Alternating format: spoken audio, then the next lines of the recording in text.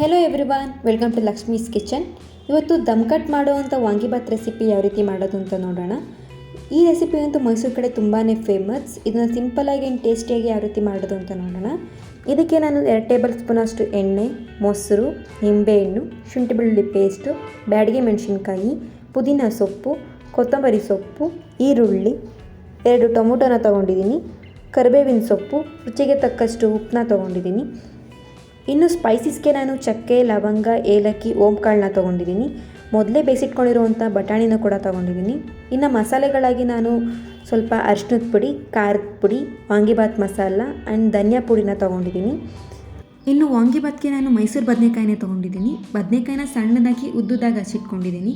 ಬದನೆಕಾಯಿ ಜೊತೆ ಕ್ಯಾಪ್ಸಿಕಮ್ ಕೂಡ ತೊಗೊಂಡಿದ್ದೀನಿ. ಕ್ಯಾಪ್ಸಿಕಮ್ ಹಾಕೋದ್ರಿಂದ ತುಂಬ ಟೇಸ್ಟಿಯಾಗಿರುತ್ತೆ. ಇದಕ್ಕೆ ಅಕ್ಕಿನ ಅರ್ಧ ಗಂಟೆ ಮುಂಚೆನೇ ನೆನೆಸಿಟ್ಕೊಂಡಿದ್ದೀನಿ. ಈ ರೀತಿಯಾಗಿ ನೆನೆಸಿಟ್ಕೊಂಡಿದ್ರೆ ಸಾಕು. ಇದಿಷ್ಟು ಬೇಕಾಗಿರೋ ಪದಾರ್ಥಗಳು. ಈಗ ಯಾವ ರೀತಿ ಮಾಡೋದು ಅಂತ ನೋಡೋಣ. ಈಗ ಒಂದು ಪಾತ್ರೆಗೆ 4ರಿಂದ 5 ಟೇಬಲ್ ಸ್ಪೂನಷ್ಟು ಎಣ್ಣೆ ಚೆನ್ನಾಗಿ ಕಾಯ್ದ್ಮೇಲೆ ತೊಗೊಂಡಿರುವಂಥ ಎಲ್ಲ ಸ್ಪೈಸಸ್ನ ಹಾಕ್ಕೋತಾ ಇದ್ದೀನಿ. ಸ್ಪೈಸಸ್ಗಳು ಸ್ವಲ್ಪ ಹುರ್ಕೋಬೇಕು ಎಣ್ಣೆಯಲ್ಲಿ. ಇವಾಗ 4ರಿಂದ 5 ಬ್ಯಾಡಗಿ ಮೆಣಸಿನ್ಕಾಯಿ, ಒಂದು ಈರುಳ್ಳಿ ಗೋಲ್ಡನ್ ಬ್ರೌನ್ ಬರೋವರೆಗೂ ಹುರ್ಕೋಬೇಕು. ಇವಾಗ ನಾನು ಶುಂಠಿ ಬೆಳ್ಳುಳ್ಳಿ ಪೇಸ್ಟ್ನ ಹಾಕೋತಾ ಇದ್ದೀನಿ. ಶುಂಠಿ ಬೆಳ್ಳುಳ್ಳಿ ಪೇಸ್ಟ್ ಹಸಿ ವಾಸನೆ ಹೋಗೋವರೆಗೂ ಚೆನ್ನಾಗಿ ಹುರ್ಕೋಬೇಕು. ಇದಕ್ಕೆ ನಾನೀಗ ಸ್ವಲ್ಪ ಕೊತ್ತಂಬರಿ, ಪುದೀನ, ಕರಿಬೇವನ್ನ ಹಾಕೊಡ್ಕೋತಾ ಇದ್ದೀನಿ. ಇದು ಹಾಕೋದ್ರಿಂದ ತುಂಬ ಒಳ್ಳೆ ಪರಿಮಳ ಕೊಡುತ್ತೆ ಅಡುಗೆಗೆ. ಇವಾಗ ನಾನು ಟೊಮೊಟೊನ ಸೇರಿಸ್ಕೊತಾ ಇದ್ದೀನಿ. ಟೊಮೊಟೊಗೆ ಸ್ವಲ್ಪ ಉಪ್ಪನ್ನ ಹಾಕಿ ಬೇಯಿಸ್ಕೊಳ್ಳೋದ್ರಿಂದ ಬೇಗನೆ ಟೊಮೊಟೊ ಬೇಯ್ಕೊಳ್ಳುತ್ತೆ. ಚೆನ್ನಾಗಿ ಮಿಕ್ಸ್ ಮಾಡ್ಕೋಬೇಕು. ಇವಾಗ ನಾನು ಬೇಯಿಸಿಟ್ಕೊಂಡಿರೋವಂಥ ಹಸಿ ಬಟಾಣಿನ ಇದಕ್ಕೆ ಸೇರಿಸ್ಕೊತಾ ಇದ್ದೀನಿ. ಜೊತೆಗೆ ಬದನೆಕಾಯಿ ಮತ್ತು ಕ್ಯಾಪ್ಸಿಕಮ್ ಕೂಡ ಸೇರಿಸ್ಕೊತಾ ಇದ್ದೀನಿ. ಒಂದು 2-3 ನಿಮಿಷ ಬದನೆಕಾಯಿನ ಚೆನ್ನಾಗಿ ಹುರ್ಕೋಬೇಕು. ಇವಾಗ ತೆಗೆದಿಟ್ಕೊಂಡಿರೋಂಥ ಮಸಾಲೆ ಪದಾರ್ಥಗಳನ್ನೆಲ್ಲ ಹಾಕೋತಾ ಇದ್ದೀನಿ. ಇದಕ್ಕೆ ನಾನು ಸ್ವಲ್ಪ ಮೊಸರನ್ನ ಸೇರಿಸ್ಕೊತಾ ಇದ್ದೀನಿ.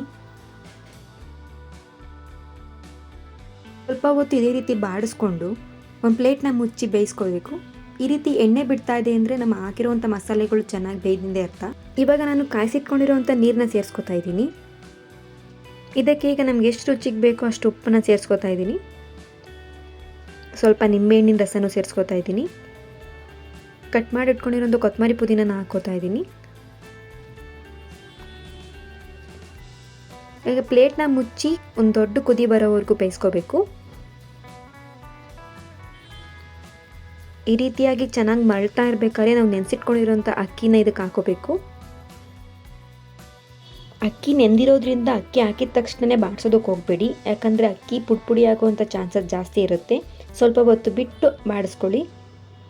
ನೋಡಿ, ಈ ರೀತಿಯಾಗಿ ಬಾಡಿಸ್ಕೊಂಡು ಸ್ವಲ್ಪ ಪ್ಲೇಟ್ನ ಮುಚ್ಚಿ ಸ್ವಲ್ಪ ಹೊತ್ತು ಬೇಯಿಸ್ಕೋಬೇಕು.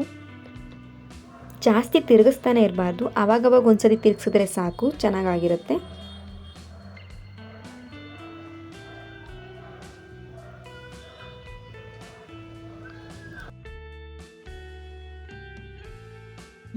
ಈ ರೀತಿಯಾಗಿ ಅಕ್ಕಿ ಮುಕ್ಕಾಲು ಭಾಗ ಬೆಂದಿದೆ ಅಂತ ನಿಮ್ಗೆ ಅನ್ಸಿದ ಮೇಲೆ ಒಂದು ಪ್ಲೇಟ್ನ ಮುಚ್ಚಿ ಅದ್ರ ಮೇಲೆ ಭಾರವಾಗಿರೋವಂಥ ವಸ್ತುನ ಇಡಬೇಕು. 10 ನಿಮಿಷ ಈ ರೀತಿ ಬೇಯಿಸ್ಕೊಂಡ್ರೆ ಸಾಕು.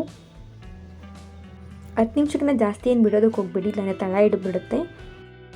10 ನಿಮಿಷದ ನಂತರ ಒಂದು ಸತಿ ಇದನ್ನು ತಿರುಗಿಸ್ಕೊಂಡ್ರೆ ನಾವು ದಮ್ ಕಟ್ ಮಾಡಿರೋವಂಥ ವಾಂಗಿಬಾತ್ ರೆಸಿಪಿ ರೆಡಿ ಆಗುತ್ತೆ. ನೋಡಿದ್ರಲ್ಲ ಯಾವ ರೀತಿಯಾಗಿ ಸಿಂಪಲ್ಲಾಗಿ ವಾಂಗಿಬಾತ್ ರೆಸಿಪಿ ಮಾಡೋದು ಅಂತ. ಈ ವಿಡಿಯೋ ನಿಮಗೆ ಇಷ್ಟ ಆಗಿದ್ದರೆ ಶೇರ್ ಮಾಡಿ, ಲೈಕ್ ಮಾಡಿ, ಕಮೆಂಟ್ ಮಾಡಿ, ನಮ್ಮ ಚಾನಲ್ನ ಸಬ್ಸ್ಕ್ರೈಬ್ ಮಾಡೋಣ ಮಾತ್ರ ಮರಿಬೇಡಿ. Thank you for watching.